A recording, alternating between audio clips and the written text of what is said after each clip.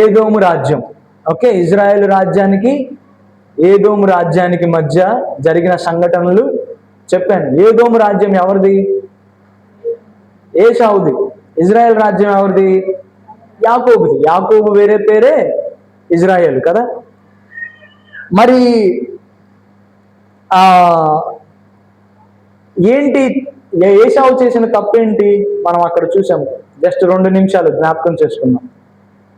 నిజానికి అన్నదమ్ముల ఇల్లు కదా. ఇజ్రాయేలీల జాతి ఏదోము జాతి, అంటే ఏశావు గారి సంతానము. వీళ్ళు ఇద్దరు అన్నదమ్ములు. అయితే ఇజ్రాయేల్ మీద అటాక్ జరిగినప్పుడు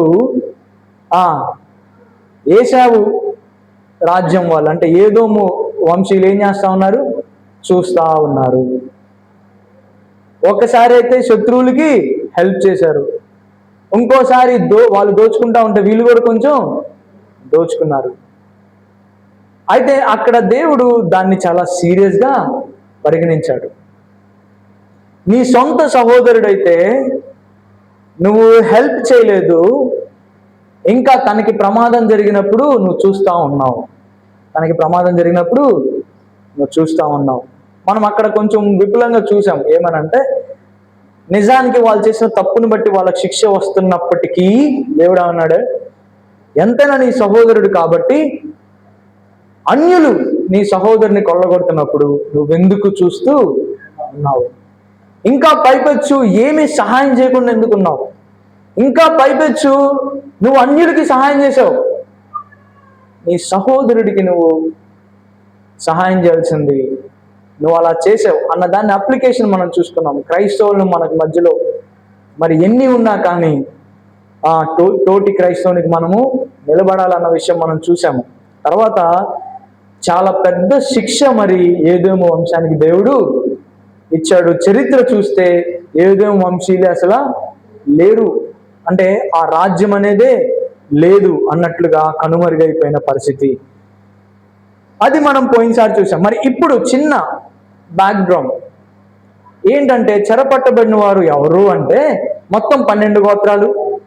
10 గోత్రాలు ఇజ్రాయేల్ రాజ్యంగా పిలువబడుతుంది, 2 గోత్రాలు యూదా రాజ్యంగా పిలువబడుతుంది. మరి ఇజ్రాయేల్ రాజ్యానికి వేరే రాజులు ఉంటారు, యూదా రాజ్యానికి కూడా వేరే రాజులు ఉంటారు. మొత్తంగా వాళ్ళు యాకోబు కుమారులే కానీ, 12 గోత్రాలు యాకోబు కుమారులే కానీ మరి వాళ్ళు అలా డివైడ్ అయ్యారు. రెహబాం టైంలో డివైడ్ అయ్యారు. ఓకే, అయితే ఇప్పుడు ఏమైందంటే, మరి వాళ్ళు దేవునికి అవిధేయత చూపిస్తూ ఉంటే దేవుడు వార్నింగ్ ఇస్తూ ఉంటాడు. అయ్యా మీరు ఇట్లా అవిధేయత చూపిస్తూ ఉన్నారంటే మాత్రం మీ మీద శిక్ష వస్తుంది అంటే ఎంతకీ వినరు. కొన్ని సంవత్సరాలు వాళ్ళకి చెప్పి చెప్పి చెప్పి చెప్పి కొన్ని సంవత్సరాల తర్వాత నిజంగానే వారి మీద శిక్ష దేవుడు పంపిస్తాడు. ఎలా పంపిస్తాడంటే, వేరే దేశము రాజులు, వేరే అన్య దేశపు రాజులు వచ్చి వాళ్ళని కొల్లగొట్టుకొని వాళ్ళ చాలా మందిని మరి వాళ్ళ యవనస్తుల్ని చంపేసి వాళ్ళ బంగారము వాళ్ళ వస్తువులు ఆ సామాగ్రిని తీసుకొని వెళ్ళి వీళ్ళను కూడా మరి స్లేవ్స్గా ఏమంటారు, బానిసలుగా తీసుకొని వెళ్తారు. అయితే ఈ ప్రక్రియ మొట్టమొదటిగా ఇజ్రాయెల్ గోత్రాల మీద జరుగుతుంది. ఓకే, ఇజ్రాయెల్ గోత్రాల మీద ఫస్ట్ జరుగుతుంది. అంటే ఆ 10 గోత్రాలు ఎవరైతే ఉన్నారో అష్షూరు సామ్రాజ్యం వాళ్ళు వచ్చి మరి వీళ్ళని కొల్లగొట్టుకొని వీళ్ళ రాజ్యాన్ని తీసేసి వీళ్ళ మీదకి వచ్చేసి వీళ్ళని బానిసలుగా వేరే ప్రదేశానికి తీసుకుని వెళ్తారు. అయితే ఆ టైంలో యూదా రాజ్యం మీదకి అటాక్ ఏమీ జరగదు. యూదా రాజ్యం అలా కొంచెం ముందుకు వస్తూ ఉంటుంది. 1-2 రాజులు వెళ్ళిన టయానికి యూదా రాజ్యంలో కూడా అపవిత్రత కొంచెం అవి జరుగుతూ ఉంటాయి. దేవుడు వార్నింగ్ ఇస్తూ ఉంటాడు. కాకపోతే యూదా రాజ్యంలో ఒక మంచి విషయం ఏంటంటే, అక్కడక్కడ కొంతమంది మంచి రాజులు ఉండేవాళ్ళు. ఇజ్రాయెల్ రాజ్యంలో మాత్రం అందరు విగ్రహారాధికులు, అందరూ దేవుని బాధ పెట్టిన వాళ్ళే ఉండేవాళ్ళు. కానీ యూదా రాజ్యంలో అక్కడక్కడ కొంతమంది మంచి రాజులు ఉండేవాళ్ళు. హిజ్కియా లాంటి వాళ్ళు, మొన్న మనం చూసాం యోషియా లాంటి వాళ్ళు, కొంతమంది మంచి రాజులు ఉండేవాళ్ళు అనమాట. అయితే యూదా రాజ్యం కూడా మరి వేరే రాజ్యం ద్వారా కొల్లగొట్టబడుతుంది. అదేదో కాదు, బబులోను సామ్రాజ్యం. నెబుకద్నెజర్ రాజు వచ్చి యూదా సామ్రాజ్యం మీదకి వచ్చి మరి వాళ్ళందరినీ చంపేసి చాలా మందిని చంపేసి మరి బానిసలుగా తీసుకొని వెళ్తారు. ఆ బానిసలుగా వెళ్ళిన వాళ్ళల్లో ఎవడు దానియేలు కూడా ఉన్నాడు. బానిసలుగా వెళ్ళిన వాళ్ళలో దానియేలు కూడా ఉండడం మనం చూస్తాం. సరే, ఇది చిన్న బ్యాక్గ్రౌండ్. ఈ చెరపట్టబడి వెళ్ళిన వాళ్ళు కొన్ని సంవత్సరాల తర్వాత, అంటే 70 సంవత్సరాల పై చిలుకు సంవత్సరాల తర్వాత 3 భాగాలుగా వెనక్కి వస్తారు. 3 భాగాలుగా వెనక్కి వస్తారు. తర్వాత ఇంకా చరిత్రలో ఇంకా దేశాల వైపు వెళ్ళిపోయిన వాళ్ళు ఉన్నారు. 1948 సంవత్సరంలో మరి చాలా మంది దగ్గరికి వచ్చారని అంటారు. మరి మొత్తానికి మూడు భాగాలుగా వస్తారన్నమాట. ఫస్ట్ వేవ్ జెరుబ్బాబెల్ అనే ఆయన మరి 50,000కు పైగా మరి ఇజ్రాయేలీని తీసుకొని వస్తాడు. తర్వాత ఎవరు? ఎజ్రా కొంతమందిని తీసుకొని వస్తాడు. తర్వాత మనం చదువుతున్న నెహెమ్యా కొంతమందిని తీసుకొని వస్తాడు. అయితే ఇక్కడ విషయం ఏంటంటే, అప్పటికే కొంతమంది అక్కడ వచ్చి ఉంటారు, కానీ వాళ్ళ పరిస్థితి ఏమంతా బాగా లేదు. ఇక్కడ చూడండి ఏమంటున్నారు, ఎలా ఉందంట వాళ్ళ పరిస్థితి. చెరపట్టబడిన వారిలో శేషించిన వారు ఆ దేశంలో బహుగా శ్రమను నిందను పొందుచున్నారు. ఇది వాళ్ళ పరిస్థితి అండి.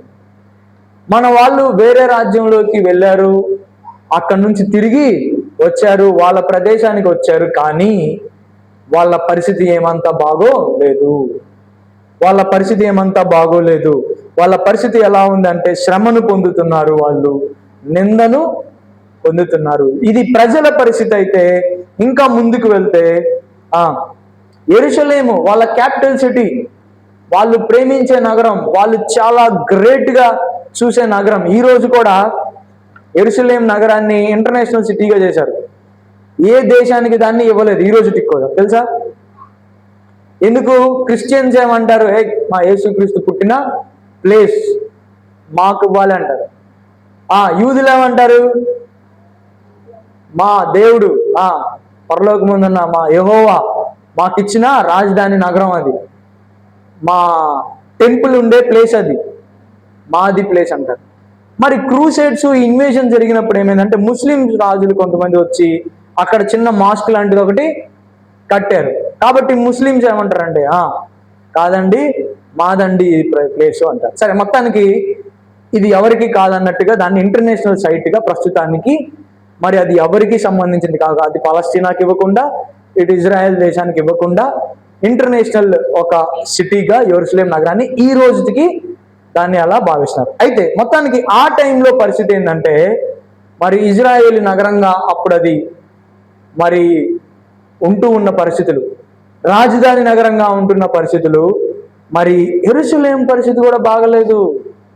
ప్రజల పరిస్థితి బాగలేదు, యెరూషలేం పరిస్థితి కూడా బాగలేదు. యెరూషలేం పరిస్థితి ఎలా ఉందంట, యెరూషలేం యొక్క ప్రాకారము పడద్రోయబడినది, దాని గుమ్మములు అగ్ని చేత కాల్చినబడిన నాతో చెప్పురు. ఏమంటే this is the condition of the people. మరి వాళ్ళ శ్రమ నిందతో బాధపడుతున్నారు. మరి యెరూషలేముకి ఒక ప్రాకారం అంటూ లేకుండా ఉంది, ఇంకా గుమ్మములంట అగ్ని చేత కాల్చబడ్డా. అంటే ఎవరో వచ్చి కాల్చేశారు, లేకపోతే అంతకుముందు రాజులు కాల్చేశారు. అంటే మొత్తానికి చాలా బాధాకరమైన, అవమానకరమైన, దుఃఖకరమైన పరిస్థితులు. చూడండి, మరి 4వ వచనంలో నెహెమ్యా గారి స్పందన మనం ఆలోచించాల్సిన విషయం. నెహెమ్యా గారి స్పందన ఏంటి, ఎలా స్పందిస్తున్నాడు నెహెమ్యా గారు? చూడండి 4వ వచనం. ఈ మాటలు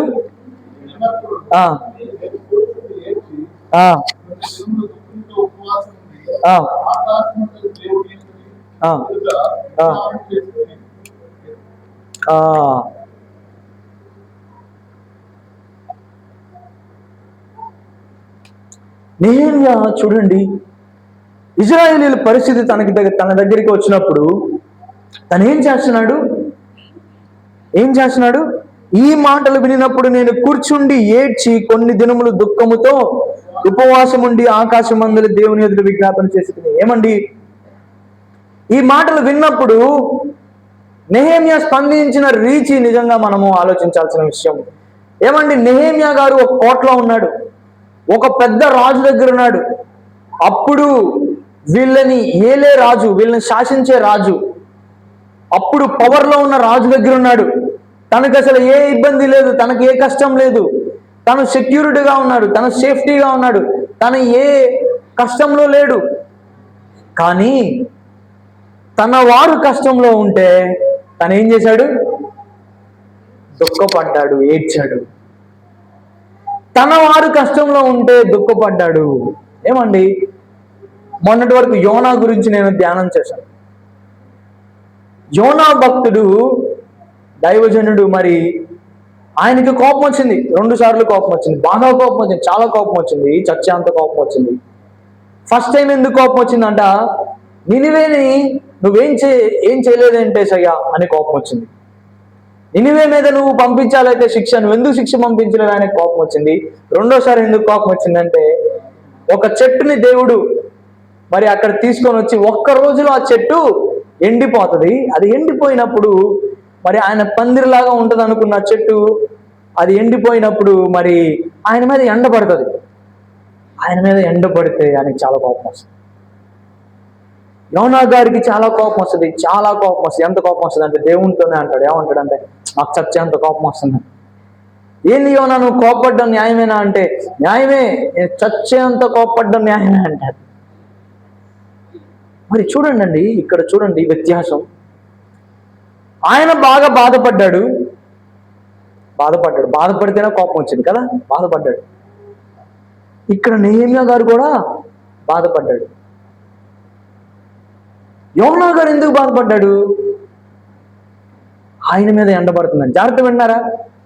యోనా గారికి ఎందుకు కోపం వచ్చింది? ఆయన మీద ఎండబడుతుందని. చదవండి, 4వ అధ్యాయంలో ఉంది. మరి నెహెమ్యా గారికి ఎందుకు బాధ వచ్చింది? తన వారు బాధలో ఉన్నారు. That is the differences of good leader. నిజమైన నాయకుడు ఎలా ఉంటాడంటే, తను బాగానే ఉన్నా కానీ తన వారికి కష్టం వస్తే అది తన కష్టంగా భావిస్తాడు. తను బాగానే ఉన్నాడు, కోర్టులో ఉన్నాడు, తను రాజు దగ్గర ఉన్నాడు, తను ప్రశాంతంగా ఉన్నాడు, తనకే ఇబ్బంది లేదు, కానీ తన వారు బాధలో ఉన్నాడు, కూర్చొని ఏడ్చాడంటండి. ఎంత బాధపడితే మనిషి ఏడుస్తాడు? దుఃఖంతో కూర్చున్నాడు. అతని దుఃఖం ఎంత సీరియస్, ఎంత సిన్సియర్ అంటే ఆయన ఉపవాసం ఉండి ప్రార్థన చేశాడు. అదేదో ఊరక 4 మాటలు వాళ్ళ ముందు ఏదో ఏడ్చి అయ్యయ్యో అవునా పాపం అని నటించే ఏడుపు కాదు అని మనకు చాలా క్లియర్గా అర్థమవుతుంది. ఆయన నిజంగా బాధపడ్డాడు, ఆయన నిజంగా చెల్లించాడు, ఆయన నిజంగా దుఃఖపడ్డాడు అనే దానికి చిహ్నం ఏంటంటే ఆయన తర్వాత చేసిన పని. రాజుగారి దగ్గర నుంచి ఆయన పర్మిషన్ తీసుకోవడం, అక్కడి నుంచి వస్తువులు తీసుకోవడం, మరలా తన యెరూషలేముకి వెళ్ళడం, మరి చరిత్రలో చూసినట్టుగా 52 దినాల్లో గోడను కట్టడం. Here is a man who is really had empathy on his people. తన ప్రజల మీద నిజమైన సానుభూతి కలిగిన వ్యక్తి నెహెమ్యా. తనకి బాధ జరిగిందని కాదు, తన వారికి బాధ జరిగిందని. తనకి నష్టం వచ్చిందని కాదు, తన వారికి నష్టం వచ్చిందని. ఇది వ్యత్యాసం. స్వార్థపరులకి నిజమైన నాయకులకి ఇది వ్యత్యాసం అని మనం చూడొచ్చు. ఇంకా ఆయన ఏం చేశాడు చూడండి. తొందరపడి ఫాస్ట్గా ఏదేదో చేసేసాడా? ఆవేశంగా పరిగెత్తాడా? చూడండి ఏం చేశాడా అండి.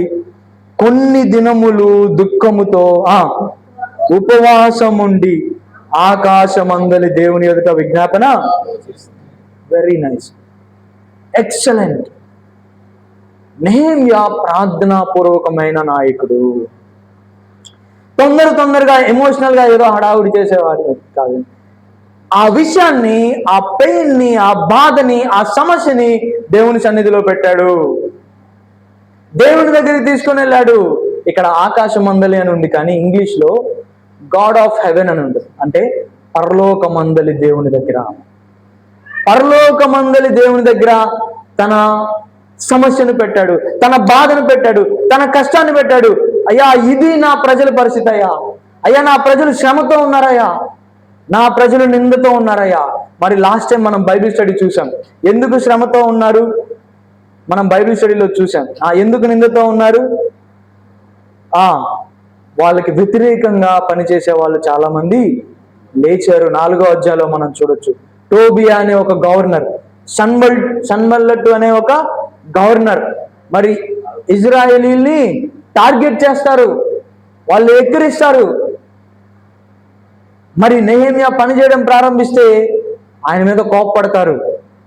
అంటే ఇలాంటి వాళ్ళు ఆయన చుట్టూరు ఉన్నారు. ఇంకా కొంచెం కిందకి వెళ్తే ఈ టోబియా అనే నాయకుడు, ఈ సన్బల్లట్ అనే గవర్నరు, వీళ్ళకి తోడుపోయి ఇంకా ఒక 4-5 ఇంకా గుమిగూడి వస్తారు.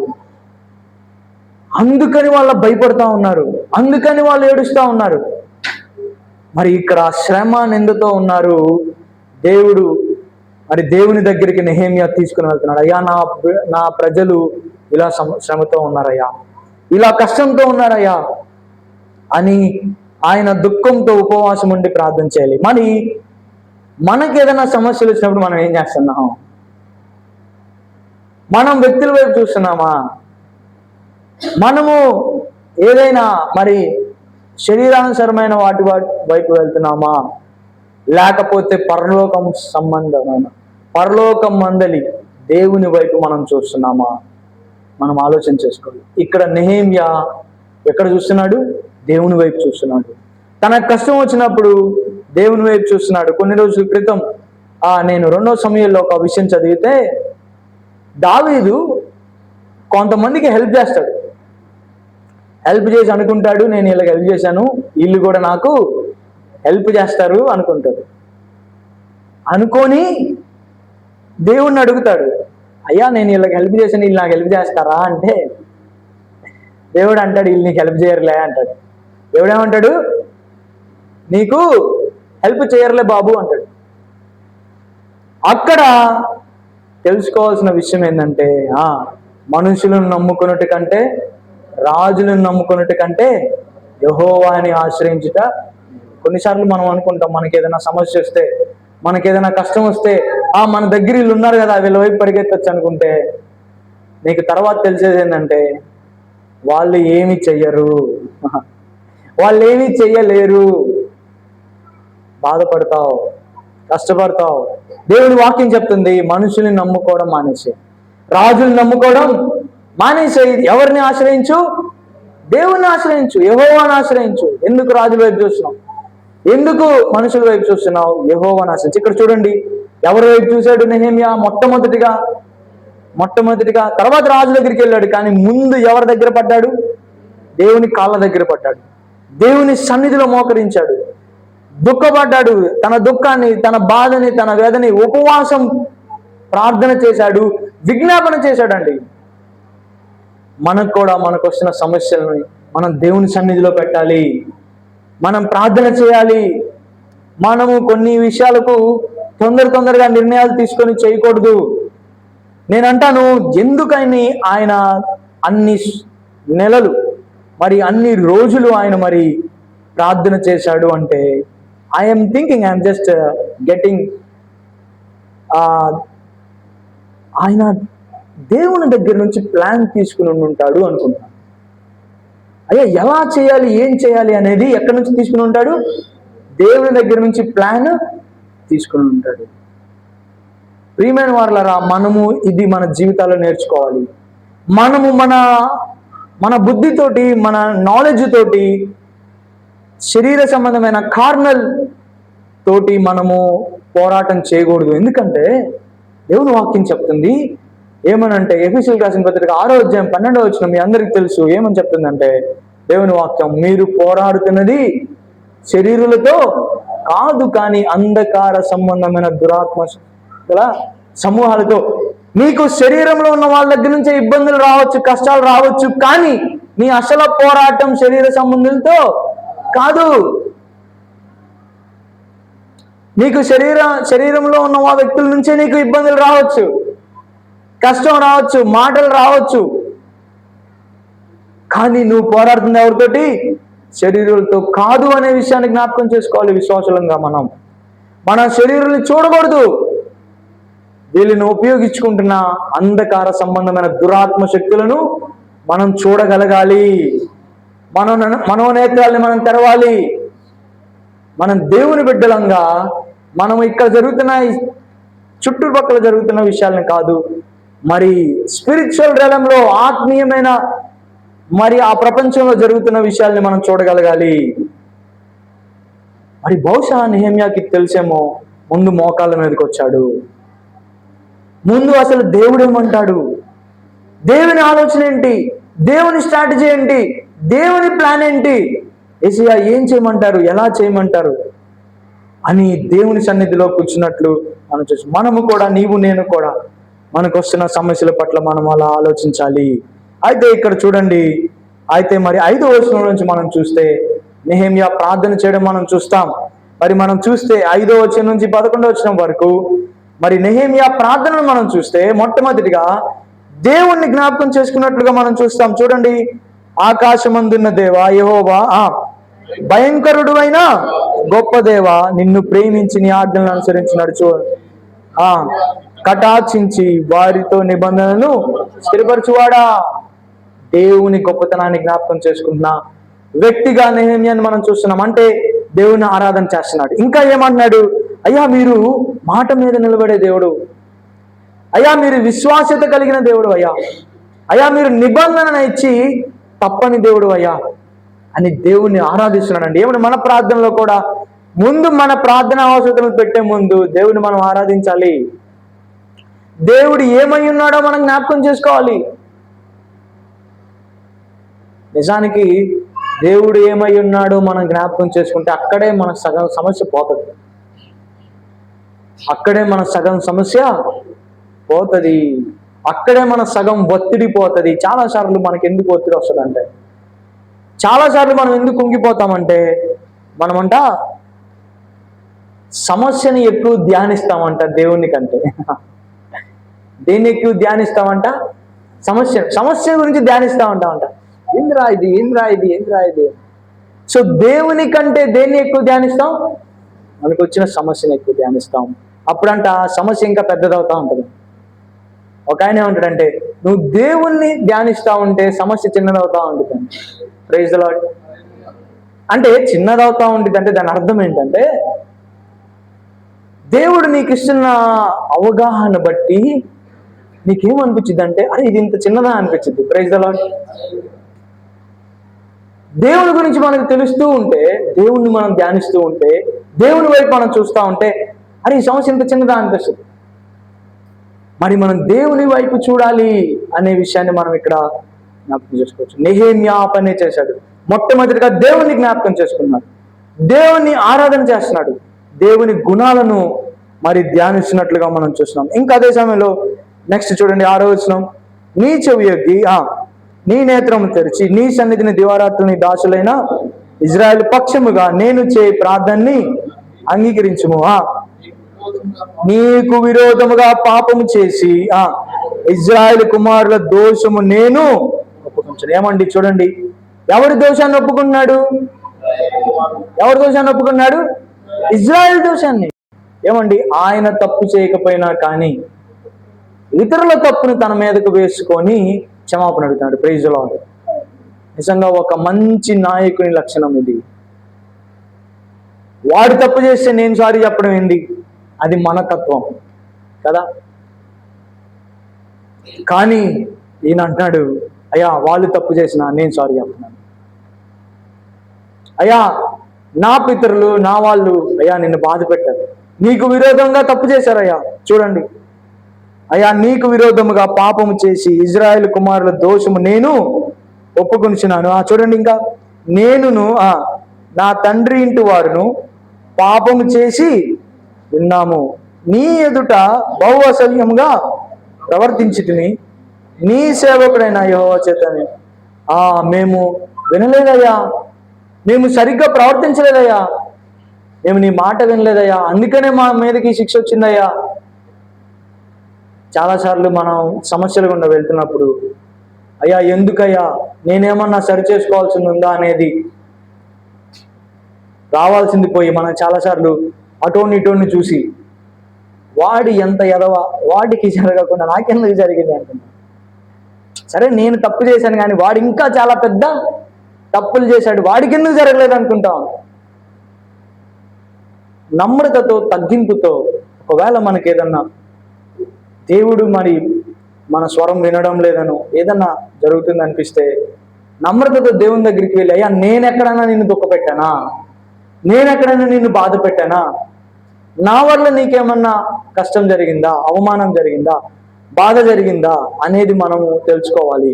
ఇక్కడ నెహెమ్యా, అయ్యా మేము ఆజ్ఞల్ని పాటించలేదయ్యా, మేము ఆజ్ఞల్ని పాటించలేదు, నేను బాధ పెట్టామయ్యా అని ఎంత చక్కగా తన తప్పుని ఒప్పుకోవడం మనం ఇక్కడ చూస్తున్నాం. తప్పుని కప్పుకోకుండా, తప్పుని కవర్ చేయకుండా చాలా యథార్థంగా తప్పుని ఒప్పుకుంటున్నట్లుగా మనం ఇక్కడ చూడొచ్చు.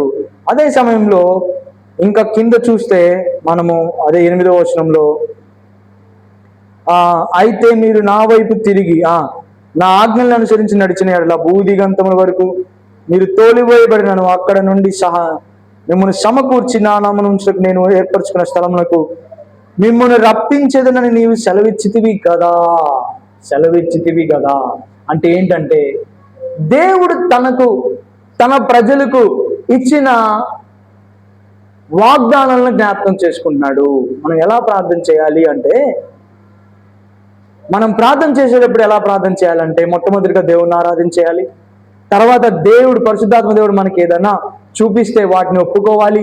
ఇంకా దేవుడిని అడగాలి, అయ్యా ఇంకా ఎక్కడైనా నేను దుఃఖపరిచానా నాకు చూపించయ్యా, నా బిహేవియర్లో ఎక్కడైనా తప్పు ఉంటే నాకు చూపించయ్యా అని క్షమాపణ అడగాలి.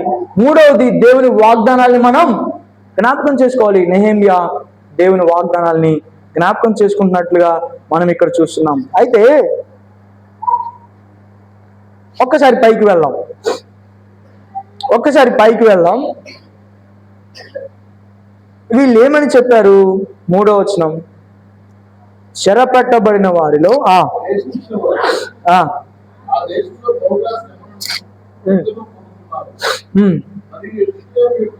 యెరూషలేము యొక్క ప్రాకారము పడద్రోయబడినది, అగ్ని చేత కాల్చబడింది.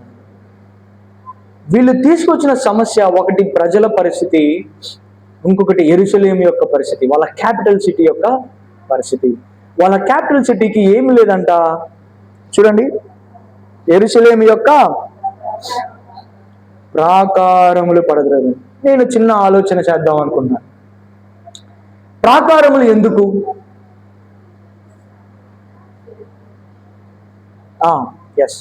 ప్రాకారములు ఎందుకు? సేఫ్టీ కోసం. ప్రాకారములు ఎందుకు? సేఫ్టీ కోసం. సేఫ్టీ అంటే భద్రత కోసం. మరి పూర్వమందు రాజులు తమ రాజ్యాలకు కట్టుకునేవాళ్ళు. వాళ్ళు ఎందుకు? మనం ఇప్పుడు గోళ్ళ కట్టుకున్నట్టు మా బౌండరీ ఇంత, మా స్థలం ఇంత, ఓకే అని, తర్వాత ఇంకా అవి ఇవి రాకుండా, వంగలు పడకుండా మనము మరి కట్టుకుంటూ ఉంటాం. గోడలు కట్టుకుంటాం, ప్రాకారాలు కట్టుకుంటాం. ఇక్కడ కూడా యెరూషలేము ప్రాకారాలు పడిపోయినాయి. అంటే ఏం పడిపోయింది? యెరూషలేముకి ఏం పడిపోయింది? యెరూషలేము ఏం మిస్ అవుతుంది? సెక్యూరిటీ మిస్ అవుతుంది. యెరూషలేముకి సెక్యూరిటీ మిస్ అయింది. అంటే ఏంటంటే ఎవరైనా వచ్చి అటాక్ చేయొచ్చు. అయ్యా మేము వచ్చాము, మేము ఉన్నాం, కానీ గోడలు లేవయ్యా. గోడలు లేవు అంటే ఎరుకో గోడలు మీరు చూడండి ఎంత పెద్దవో. చైనా గోడ ఎంత పెద్దదో మీకు తెలుసు కదా, ఎన్ని మైళ్ళు ఉంటుందో, ఎంత వెడల్పు ఉంటుందో. అంత పెద్దగా, అంత వెడల్పుతో అప్పుడు కట్టుకునే వాళ్ళు గోడలు. ఎందుకు అంటే శత్రువులు రాకుండా, గోడల మీద నుంచి దూరంగా శత్రువుల్ని చూడగలిగే వాళ్ళు, తమను తాము ప్రొటెక్ట్ చేసుకోవడానికి గోడలు ఉండేవి. కానీ ఇప్పుడు అంటున్నారు, ఆ యూదా ప్రదేశం నుంచి వచ్చిన వాళ్ళు అంటున్నారు, అయ్యా ప్రాకారములు లేవయ్యా యెరూషలేముకి, అయ్యా యెరూషలేముకి సెక్యూరిటీ లేదు. ఈ మాట అర్థం ఏంటి? ఆత్మీయంగా ఈ మాటకు అర్థం ఏంటి? ఆత్మీయంగా ఈ మాటకు అర్థం ఏంటి? యెహెజ్కేలు 13వ అధ్యాయం 5వ వచనం. యెహెజ్కేలు 13వ అధ్యాయం 5వ వచనం. ఎవరైనా చదవండి. యెహెజ్కేలు 13వ అధ్యాయం 5వ వచనం చదవండి.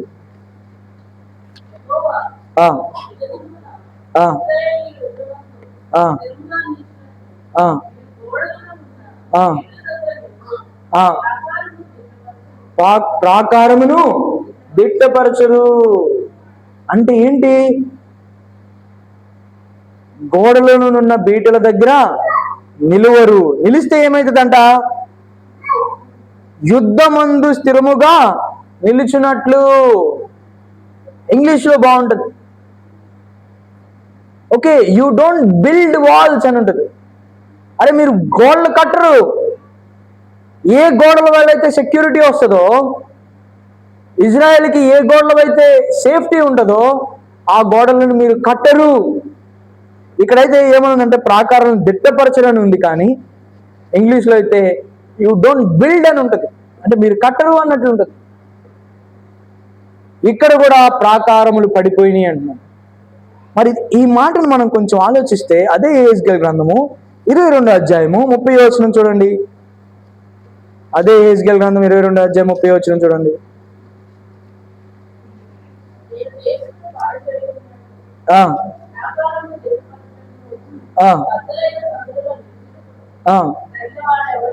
తగినవాడెవడని నేనెంత విచారించినను ఒక్కడైనను కనబడలేదు. ఎందుకంట నేను దేశమును పాడు చేయకుండానట్లును ప్రాకారమును దిట్టపరచుటకును. అంటే ఇంగ్లీష్లో అయితే ప్రాకారాన్ని కట్టడానికి ఎవరు రావట్లేదు. నేను చూశాను కానీ ఒక్కడు కూడా లేడు. ప్రాకారం అంటే ఏంటి? ఆత్మీయంగా మనల్ని కాపాడేది ఏంటి? ప్రార్థన. ఆత్మీయంగా మనల్ని కాపాడేది ఏంటి? ప్రార్థన చేయడానికి ఎవరు రావడం లేదు. బండ సందులలో ఎవరు నుంచోవడం లేదంటే దేవుడి శిక్ష పంపిస్తుంటే మరి దేవుని శిక్షను ఆపే వ్యక్తులు లేరు. మోషే లాంటి వాళ్ళు లేరు. మోషే ఏమన్నాడు? అయ్యా నేను ఇజ్రాయెల్ని నాశనం చేసేస్తాను అంటే మోషే అడ్డం పడ్డాడు. ఒకళ్ళు నాశనం చేస్తే నీ గ్రంథంలో నుంచి నా పేరు తుడిచిపెట్టు, అప్పుడు నాశనం చేయి అన్నాడు. ఆయనకి తెలుసు దేవుడు తుడిచిపెట్టాడు అని. అంటే నా పేరు తీసేయి, అప్పుడు నా ప్రజల్ని తీసేయి అన్నాడు. ఎవరిని ఎంత అడ్డం పడ్డాడు? ప్రజలంటే ఎంత ప్రేమ అండి. అబ్రహాము అడ్డం పడ్డాడు. ఎవరికి అడ్డం పడ్డాడు? లోతుకి అడ్డం పడ్డాడు. అయ్యా నీతిమంతులు ఉన్నా కానీ చంపేస్తావా అయ్యా? దేవునితో మాట్లాడుతున్నాడు. విజ్ఞాపన చేశాడు. మరి దేవుడు అంటున్నాడు ఆ ప్రాకారమును దిట్టపరచడానికి, యుద్ధం జరుగుతున్నప్పుడు నిలబడ్డానికి అరే ఎవరు రావట్లేదే ముందుకి.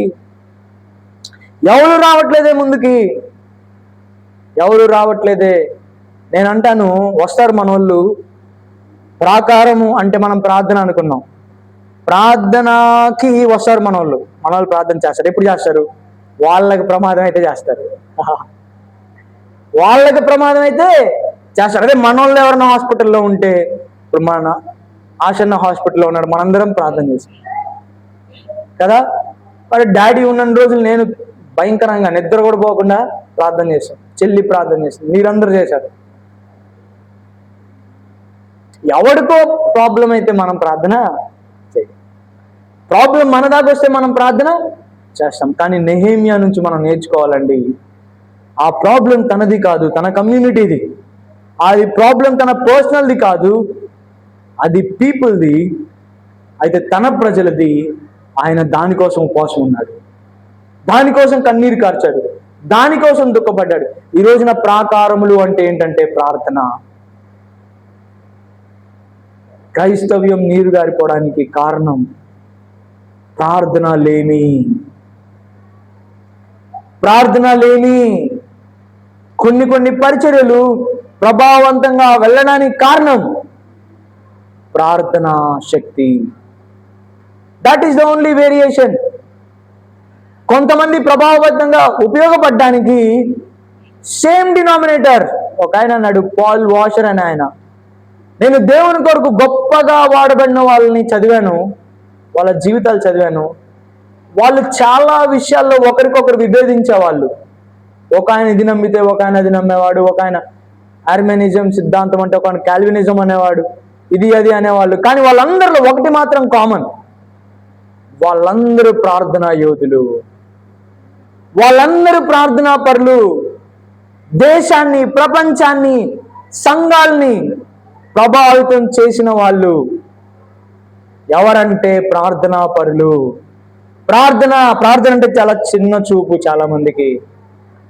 ప్రార్థన చే బ్రదర్ అంటే వెటకారంగా చూస్తారు. ఆ ప్రార్థన చేస్తే ఏమైద్ది అంటారు.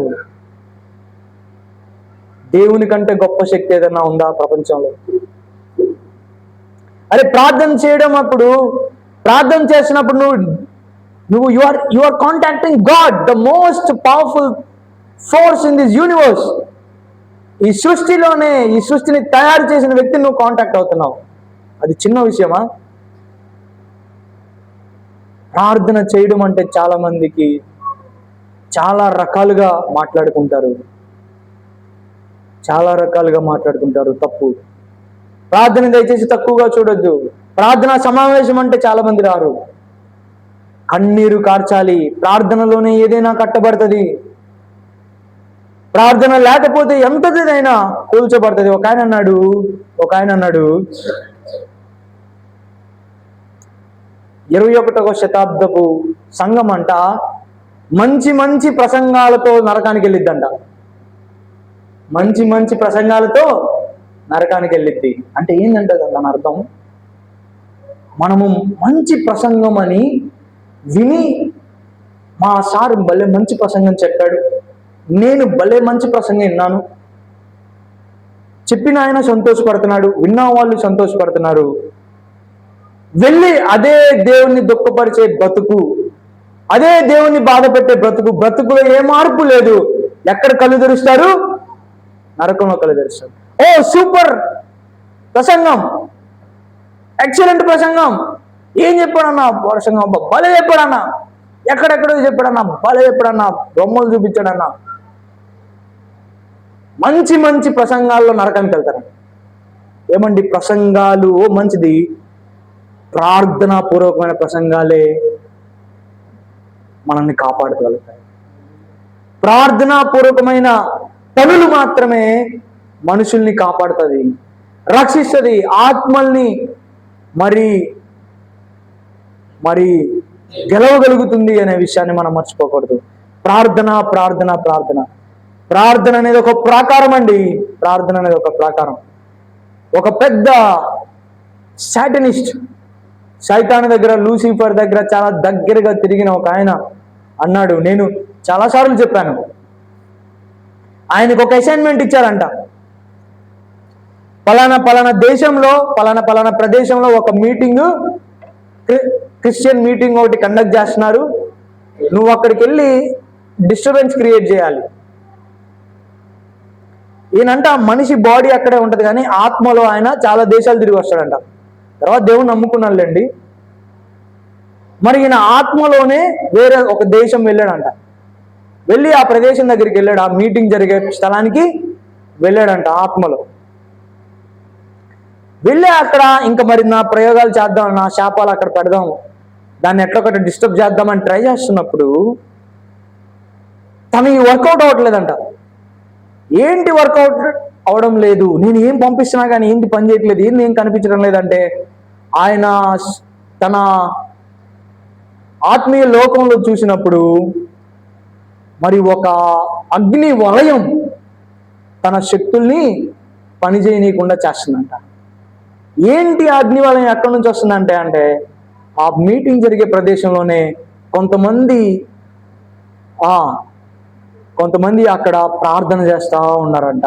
Praise the lord.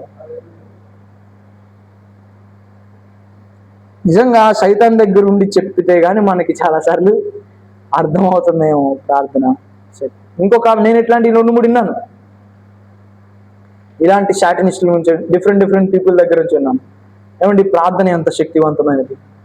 చాలాసార్లు మనకున్న ప్రాబ్లమ్స్ గురించి చెప్తాం, ఏమండి ఇది బాగలేదు, అది బాగలేదు. ఏది బాగలేకపోయినా ఎందుకు జరుగుతుంది తెలుసా? ప్రాకారాలు ఎక్కడో దెబ్బతిన్నాయి. సాటన్ వచ్చాడు, అటాక్ చేశాడు. ఇప్పుడు మనం ఏం చేయాలంటే ప్రాకారాల్ని దిట్టపరచాలి. ప్రాకారాల్ని దిట్టపరచాలి. నెహెమ్యా వెళ్ళి అదే పని చేశాడు. 52 రోజుల్లో ప్రాకారాలను దిట్టపరిచాడు. ఈ రోజున నీ చుట్టూ ఉన్న సమస్యలు ఏంటి? నీ చుట్టూ ఉన్న సమస్యల గురించి నువ్వేం చేస్తున్నావు? నెహెమ్యా తన దగ్గరికి సమస్య వస్తే తన దేవుని సన్నిధిలో పడి ఏడ్చాడండి. దేవుని సన్నిధిలో పడి ఏడ్చాడు. నా దగ్గరికి సమస్య వచ్చినప్పుడు మనం ఏం చేస్తున్నాం? ఆ ప్రపంచం ఇంతేనండి, వాడు మంచోడు కాదండి, వాడు అంతే చేస్తూ ఉంటాడండి, అరే ఇప్పుడు పరిస్థితులు అట్లాంటివి అండి, మనం ఏం చేద్దామండి అని తప్పించుకుంటున్నామా? లేదు. దేవునికి ప్రతి సమస్యకు దేవుని దగ్గర పరిష్కారం ఉంది. పరలోకంలో పరిష్కారం ఉంది. దేవుని దగ్గర పరిష్కారం ఉంది. దేవుని సన్నిధిలో ఈ సమస్యను పెడదాం. దేవుడు ఏం చెప్తాడో చూద్దాం. ఉపవాసం ఉందాం, ప్రార్థన చేద్దాం. దేవుడు ఏం చెప్తాడో చూద్దాం అనుకుంటున్నామా? లేకపోతే జరుగుతున్న పరిస్థితుల్ని జరుగుతూ ఉంటాయండి, ఏం చేద్దామండి అని తప్పించుకుందామా అండి? అది నా చేతుల్లోనే ఉంది. నెహెమ్యా అయితే తప్పించుకోలేదు. ఈరోజు నీ చుట్టూ పరిస్థితులు ఎలా ఉన్నాయి? నీ చుట్టూ ఎలాంటి ఇబ్బందికర పరిస్థితులు ఉన్నాయి? ప్రమాదకర పరిస్థితులు ఉన్నాయి. ఏం చేస్తున్నావు వాటి గురించి? దేవుని సన్నిధిలో అడిగావా? దేవుని సన్నిధిలో మొరపెడుతున్నావా? నీ సొంత వాటి గురించే మొరపెడుతున్నావా? నీ సొంత సమస్యల గురించే మొరపెడుతున్నావా? ఎంతకాలం నుంచి మొరపెడుతున్నావు? ఎంతకాలం నుంచి ప్రార్థన చేస్తున్నావు? కేవలం నీ సొంత వాటి గురించి ఆలోచిస్తున్నావా? నీ ప్రజల గురించి ఆలోచిస్తున్నావా? నీ దేవుని బిడ్డలకి ఏం జరుగుతుందో ఆలోచిస్తున్నావా? నీ ప్రజలు ఎంత శ్రమలో ఉన్నారు, నీ ప్రజల్ని ఎంత నిందని అనుభవిస్తున్నారో చూస్తున్నావా? చూస్తున్నా కానీ చూడనట్టు ఉంటున్నావా? తెలియనట్టు ఉంటున్నావా? లేకపోతే నెహెమ్యా లాగా మనం ప్రార్థన చేద్దామా? మనం నిర్ణయించుకోవచ్చు. ప్రార్థన చేసుకుందాం. దేవుని సన్నిధిలోకి వద్దాం. దేవునితో చెప్దాం, అయ్యా చుట్టూ పరిస్థితులు ఎంతో దారుణంగా తయారవుతున్నాయి. అయ్యా ఇంకా ఎలా మారుతాయో తెలియని పరిస్థితులు తండ్రి.